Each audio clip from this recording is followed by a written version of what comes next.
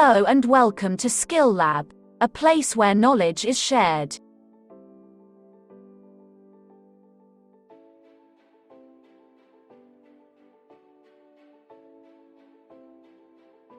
Basic criteria of an oxygenation strategy. In this video, we will navigate together the first basic choice we need to make when choosing an oxygenation strategy. In the two previous videos of this series, we have explained the main factors that influence oxygen transfer into the water, and we have also discussed oxygen saturation. If you have not already seen the first two videos on oxygen, we suggest you go watch them. Now let's dive into the subject of this video. The first question that we can ask ourselves is whether it is better to oxygenate the water with air or with pure oxygen. Since air is free,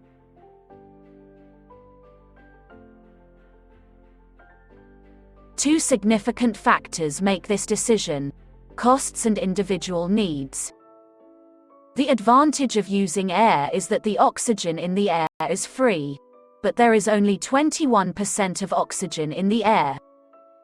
So it's harder to transfer in water, especially in salt water. Consider, for example, that oxygen saturation is only 6.5 milligrams per liter for salt water at 25 degrees Celsius, while it is 10 milligrams per liter for fresh water at 14 degrees Celsius. In fact, if supersaturation is what we want to achieve, it is practically impossible to reach using only air as the oxygen source. Another limitation of using air as our source of oxygen is that we cannot use too much of the pressure factor. That's because if we increase the total pressure, we also increase the partial pressure of nitrogen. When the nitrogen content in the water is too high, there is a risk of creating gas embolisms for the fish, a disease called gas bubble disease.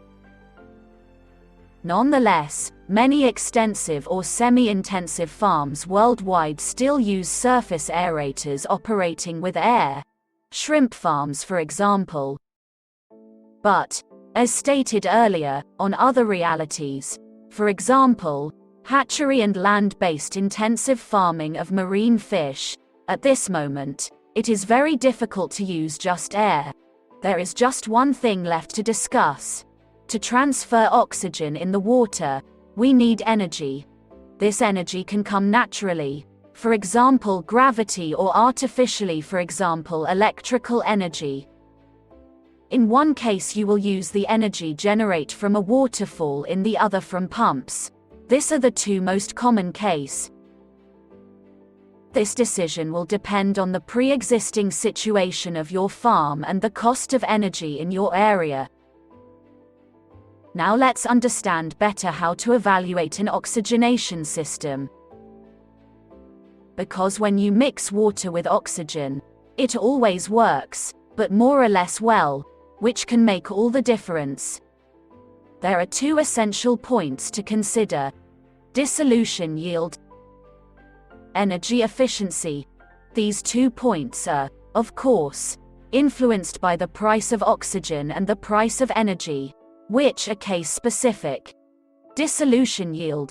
This is the amount of oxygen transferred, compared to the amount of oxygen injected into the device. Let's go through the calculation together. So the dissolution yield equals the quantity of oxygen transferred divided by the quantity of oxygen injected. You can find the quantity of oxygen transferred using the formula on the bottom part of the screen. Remember that the quantity of oxygen injected equals the reading of the flow meter in liters per minute.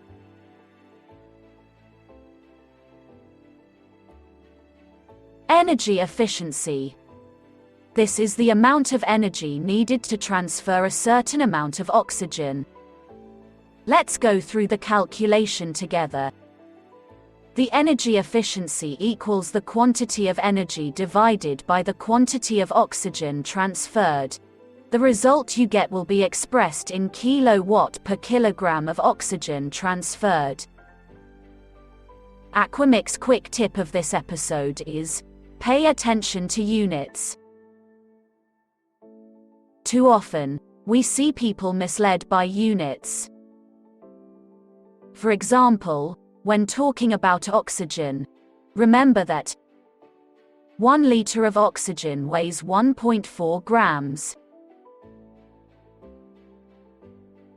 In the next episode we will go through the different kind of equipment.